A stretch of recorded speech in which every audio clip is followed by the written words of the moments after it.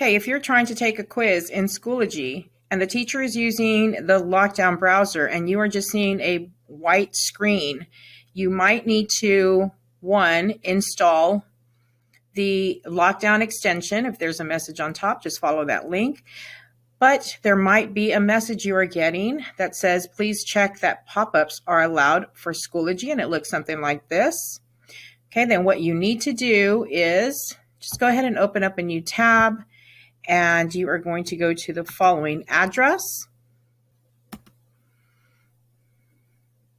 Go ahead and scroll down, and then you're going to click add.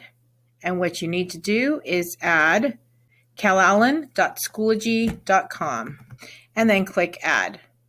Once you do that, go back to the page where you are going to take your quiz, refresh it, and then you should be able to launch that quiz successfully.